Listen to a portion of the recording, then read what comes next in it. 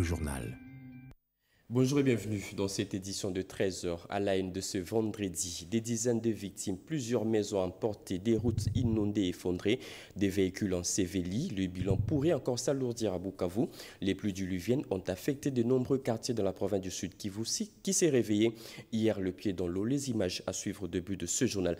Autre titre de ce journal, comme à Bukavu, à Kinshasa aussi, plusieurs routes sont toujours submergées, à l'image de la route au Nyangwe, plus précisément dans son tronçon compris entre Mouchi jusqu'au rond-point des Ouléries. De caniveaux sont totalement bouchés par des déchets plastiques, une situation qui provoque des accidents et autres dégâts. Reportage à suivre dans un instant. Et enfin, le compte à rebours est lancé plus que 3 semaines avant l'arrivée du pape François en RDC. Qu'est-ce qui est fait? Qu'est-ce qui reste à faire? Le Premier ministre Jean-Michel Samaloukonde était hier sur le terrain dans différents chantiers où le souverain pontife va dire le messe. Question de s'assurer de derniers réglages. Voilà tout pour les sommaires. Mesdames et messieurs, encore une fois, bienvenue à vous si vous nous rejoignez à la radio-télévision nationale congolaise. Je le disais en titre, l'avenue Nyangwe sous les eaux, plus précisément dans son tronçon compris entre Mouchi jusqu'au rond-point des Ouléries, des caniveaux sont totalement bouchés par des déchets en plastique, une situation qui provoque des accidents et autres dégâts. Anim Balaka était sur place pour faire les constats.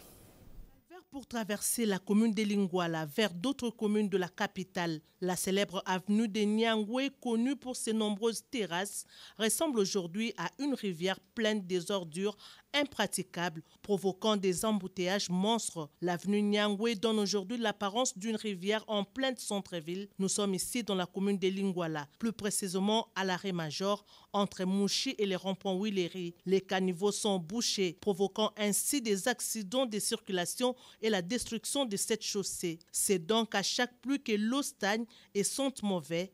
Les habitants de Lingouala que nous avons trouvés sur place ont lancé un SOS auprès des autorités de la ville pour que la situation soit décomptée avant que le macadam ennemi de l'eau puisse être détruite.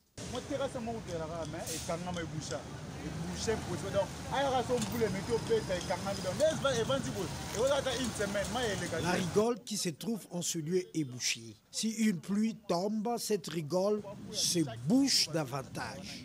C'est difficile que l'eau ne puisse pas stagner car il y a un problème avec cette rigole. En cas de pluie, toutes les maisons environnantes sont inondées.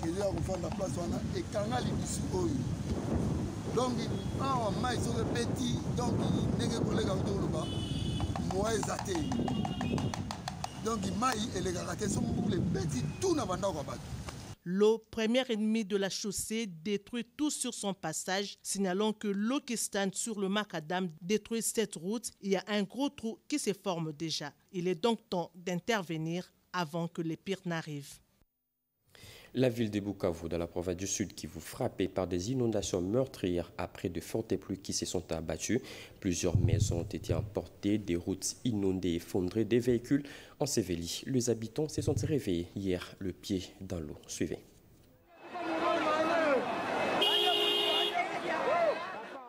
Le bilan provisoire fait état de 3 personnes mortes emportées par les eaux de pluie. 9 autres personnes repêchées de justesse des eaux et internées dans différents hôpitaux. Il y a eu également destruction des infrastructures. Dans les 3 communes, la circulation a été perturbée pendant de longues heures et des routes bloquées complètement, inondées des eaux et des matériaux durs charriés par les eaux de ruissellement. Dans la commune d'Ibanda, la place Monseigneur Christophe Mouziroy, en face du marché de Nyawera, a été entièrement sous l'eau. La traversée des personnes en ces lieux s'est faite pendant plus de 2 heures à dos d'homme et non sans frais. À Irambo, appelé aussi Paysage ou Louziba, plusieurs maisons ont été inondées d'eau et les habitants du lieu ont perdu des biens de valeur. Le lieu étant le déversoir des collines de Vamaro, de Muhungu et de Mukukwe. Alors la population est en difficulté, on ne sait pas, la population ne sait pas rentrer. On est difforme à l'air de mer, pourquoi? Parce qu'il y a... La nationale numéro 2, axe Bukavu Walungu, a été complètement endommagée. non loin du lycée Ouima, dans la commune de Kadoutou, suite à un amas de terre qui a rendu pratiquement impossible la circulation. Tous ces dégâts sont l'une des conséquences de constructions désordonnées et anarchiques sur des sites impropres, avec comme corollaire la destruction et l'obstruction des voies d'évacuation d'eau, l'homme étant lui-même le facteur principal de déficit dans la gestion de l'environnement, notamment dans la ville de Bukavu. On laissait entendre les spécialistes. Après 6 mois de travaux de rénovation, le stade municipal Kibasa Maliba peut à nouveau accueillir de matchs locaux et autres spectacles. Les travaux ont permis à ces stades d'avoir un nouveau gazon, des nouveaux vestiaires professionnels ainsi que des gradins flambants neufs, taches noires. Bien que revêtus de sa nouvelle tunique, ces stades ne peuvent pas encore accueillir de matchs internationaux. Suivez. C'est par 2 matchs amicaux de football opposant les 2 institutions provinciales que le stade municipal Kibasa Maliba a été rouvert au public ce mercredi 4 janvier 2023. Cela après sa rénovation complète par le gouvernement Kaboula.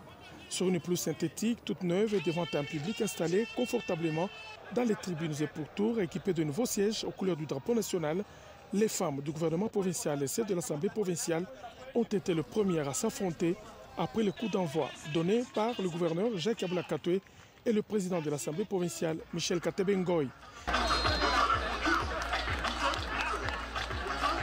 Dans une ambiance de fair play, les joueuses de 2 équipes ont livré au public un spectacle en couleur. Au finish, les femmes de l'organe délibérant ont battu celles du gouvernement par 3-1. Sous l'animation des groupes Banadouala de Saint-Éloi-le-Popo et les 100% du tout-puissant Mazembe, l'ambiance monte d'un cran lorsque les équipes masculines des 2 institutions montent sur la pelouse. Le gouvernement provincial avec son capitaine Jacques Aboula Katoué et l'Assemblée provinciale conduite par les députés Modeste Baloy et Robert Kidiaba dans les perchoirs se sont neutralisés sur toute la première mi-temps. Les dribbles du capitaine Jacques Aboula Katoué n'ont pas suffi à départager les 2 équipes qui ont fini la partie par un score vierge de 0 but partout. Les résultats de ce match n'ont pas fait de l'ombre au grand événement du jour qu'a été l'inauguration d'une infrastructure sportive modernisée et qui fera désormais la fierté de la province du Haut-Katanga et du Congo démocratique. Le stade Kibasa Maliba est désormais prêt à accueillir les compétitions locales, nationales et internationales après son homologation par la CAF. Dans tous les cas, le public a découvert ce jour un chef-d'œuvre que Jacques Aboula Katoué vient de mettre à la disposition du monde sportif RD congolais. Rebours est lancé plus que 3 semaines avant l'arrivée du pape François en RDC. Qu'est-ce qui est fait et qu'est-ce qui reste à faire? Le Premier ministre Jean-Michel Samalou Kondé était hier sur le différents chantiers où les souverains pontifs vont dire le messe. Question de s'assurer de derniers réglages. Pati Tondouango, bienvenue le Sala et Julien Piana.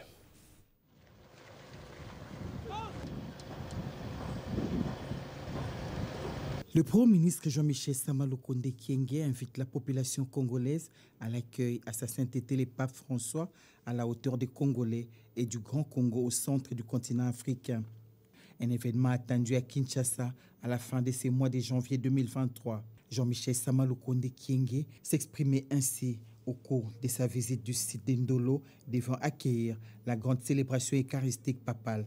Selon les chefs du gouvernement, ces travaux de réaménagement de ces sites ne sont qu'une mise à jour à la suite du report de cette visite en rapport avec la santé de ces hôtes de marque. On est venu sur le site pour nous assurer des derniers aménagements qui doivent être faits parce que, comme vous le savez, l'arrivée de sa sainteté le pape est prévue ici pour le 31 janvier. Au lendemain, nous aurons cette grande messe liturgique qui sera organisée sur ce site qui sera désormais historique aussi, papal de Ndolo. Il fallait qu'avec tous les services qui sont impliqués dans l'aménagement du site, la sécurisation du site et tous les autres aspects qui doivent être pris en compte pour assurer un bel accueil pour tous les Congolais qui voudront venir assister à cette messe et à cet événement, que l'on s'assure que toutes les conditions sont réunies.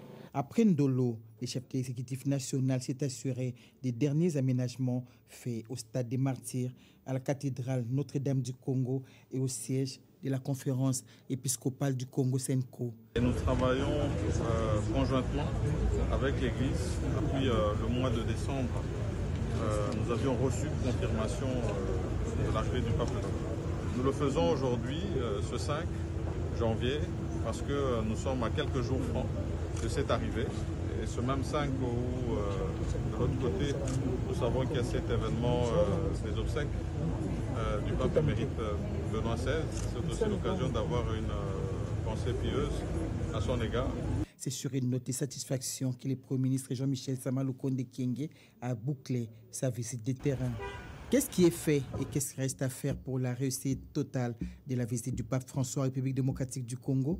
Juste après l'inspection des sites, le Premier ministre Jean-Michel Sama Lukonde Kyenge a eu une séance de travail avec les nonces apostoliques, Monseigneur Ettore Balestrero, et les chapelains du pape, Monseigneur Donatien Cholet, pour faire le point. On s'est rencontrés pour accueillir dans la joie et bien préparer le 31 janvier quand il sera ici. C'est confirmé.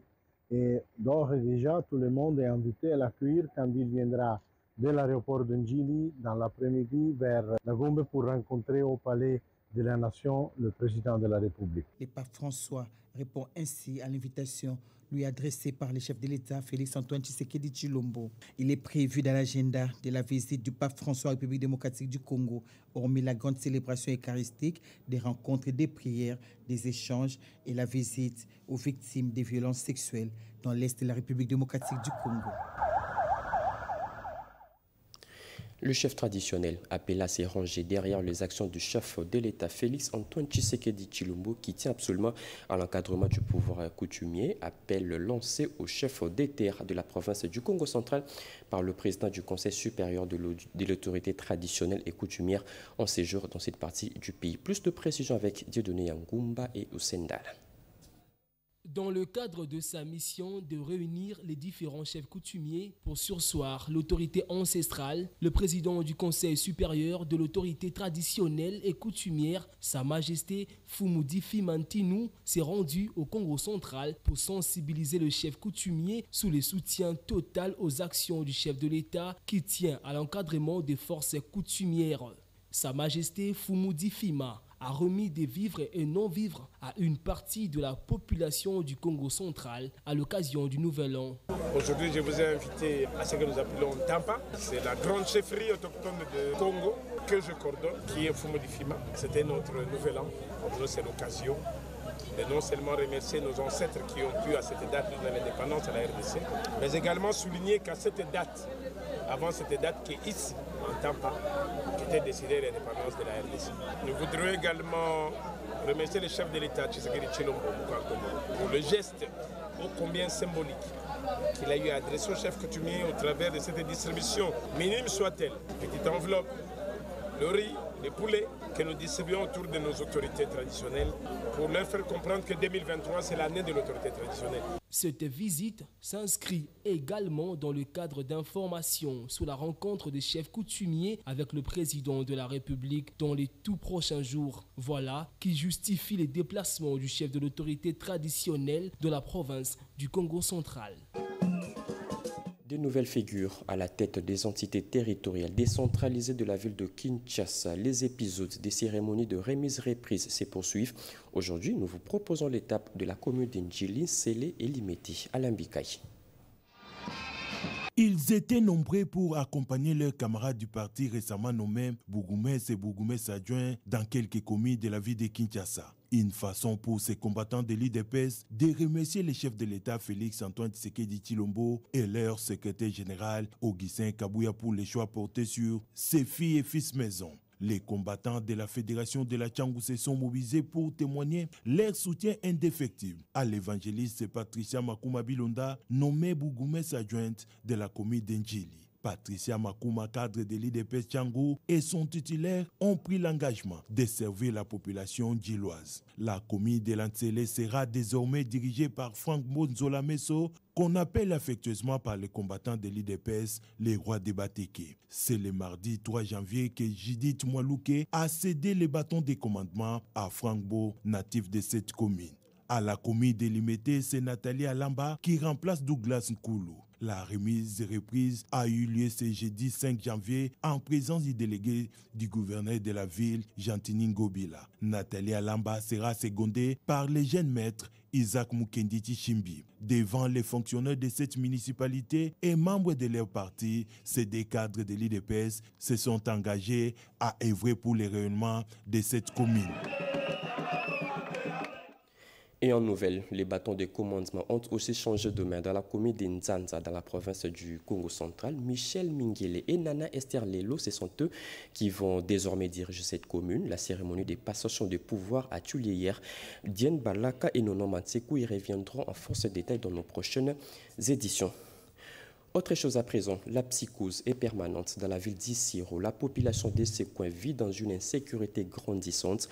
Trop, le gouverneur de la province de Haut-Uélé qui a présidé en urgence le Conseil de sécurité appelle au calme et promet des solutions rapides. Suivez.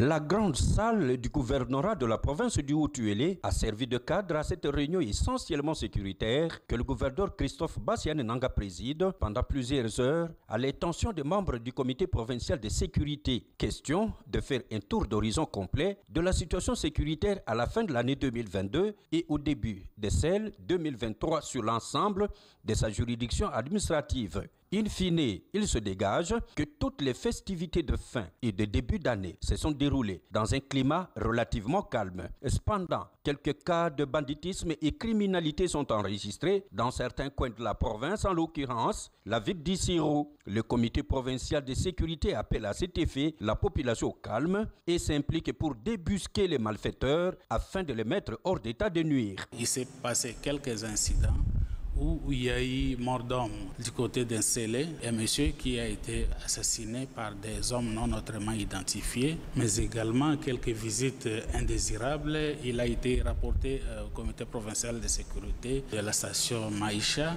Il y a aussi l'hôpital Pépester des Sœurs, Tipéduc et d'autres structures qui ont été maladroitement visitées. L'autorité provinciale, mais aussi le comité provincial de sécurité appelle de nouveau la population à la vigilance tout azimut et à la coopération, à la collaboration avec les services de sécurité. Cette première réunion du Conseil provincial de sécurité pour l'année nouvelle permet au gouverneur Christophe Bassiane Nanga de réitérer ses vœux les meilleurs à tous ses collaborateurs. La progéniture de martyrs de l'indépendance, pas oubliée pendant ces temps festifs. Les orphelins de ces martyrs ont reçu des vivres et non-vivres, de quoi leur permettre de mieux fêter. Ces gestes portent la signature de la fondation Christophe Muzungu. Iverson Kabwaba.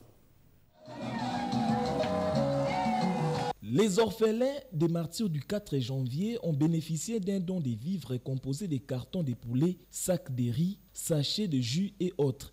Une façon de permettre à ces orphelins, veuves et démunis de passer le bon moment à l'occasion de la journée du 4 janvier, journée commémorant les martyrs de l'indépendance. Ce geste de solidarité témoigne la volonté de la fondation Christophe Muzungu qui lutte contre la pauvreté et tient à l'encadrement de délaissés en leur apportant soutien et réconfort.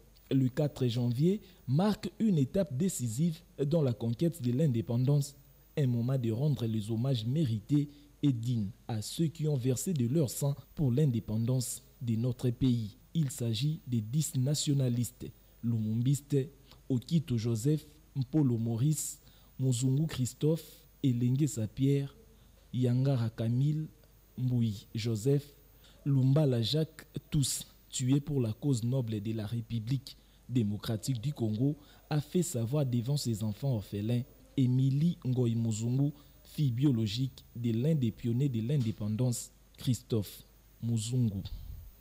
Un autre geste de cœur dans ces journaux, cette fois-ci, ce sont les veuves et orphelins de la province du Kasaï central qui ont reçu de vivres des vivres et des non-vivres. Suivez.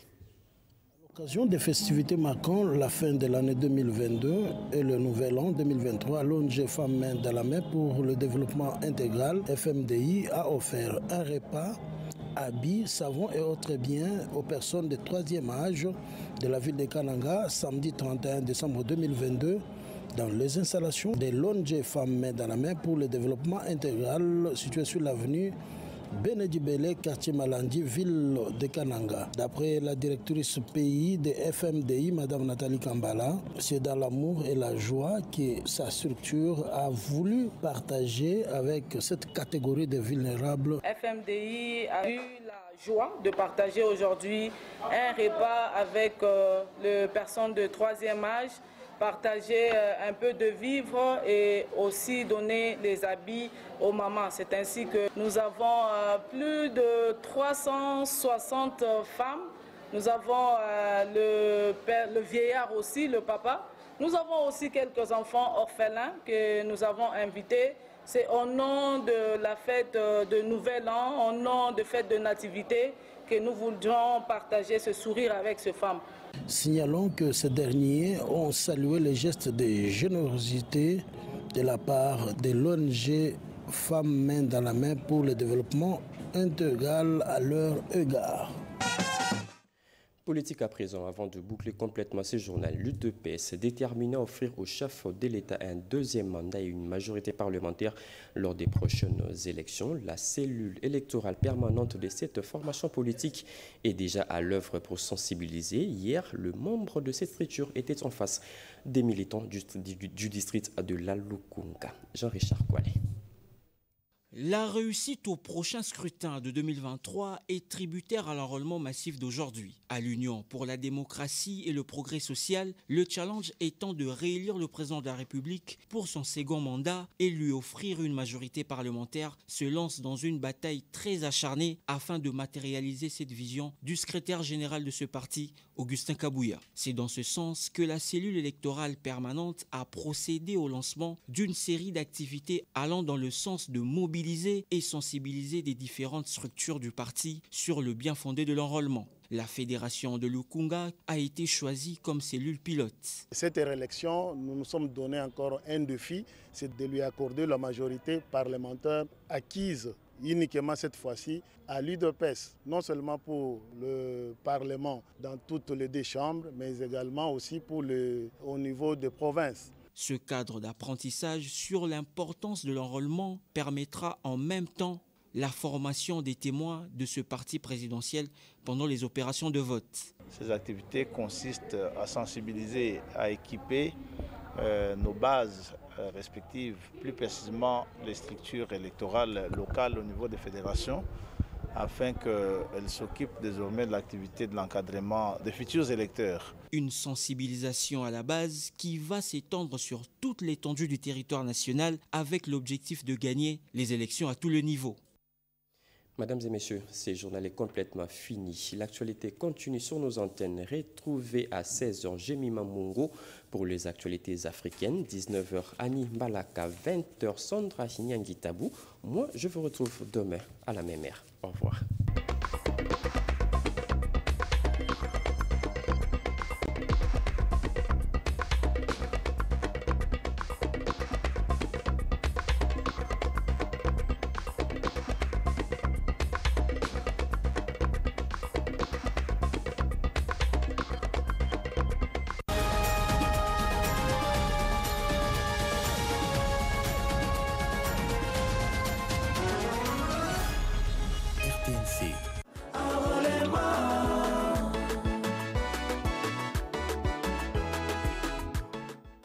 Et pour les personnes de mon état physique. L'enrôlement concerne tous les anciens enrôlés, les non-enrôlés de 2016 et 2018, les nouveaux majeurs, les non-majeurs mais qui sont nés avant le 31 décembre 2006, les personnes vivant avec handicap, les albinos, même le peuple autochtone. Parce que nous sommes tous Congolais et égaux devant la loi. Nous avons tous les mêmes droits et les mêmes devoirs. Donc ça concerne tout le monde. Voilà. Donc, allons tous.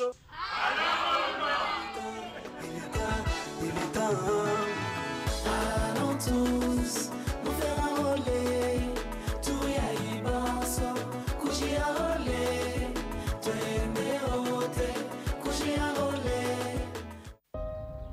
Nous devons ensemble avoir conscience que nul autre que nous-mêmes ne viendra sauver notre nation et que cela exige de chacun de nous une mobilisation tous azimuts. peuple congolais, il est temps de nous lever, de nous serrer les coudes et d'agir pour défendre notre patrie, notre intégrité territoriale et l'intangibilité de nos frontières. La République démocratique du Congo est victime d'une nouvelle agression rwandaise et des actes criminels et terroristes du M23. Ils ont juré de compromettre l'élan de notre progrès, nous diviser et perpétuer le pillage de nos ressources naturelles. Le sang a trop coulé, de vies sont fauchées, notre faune, patrimoine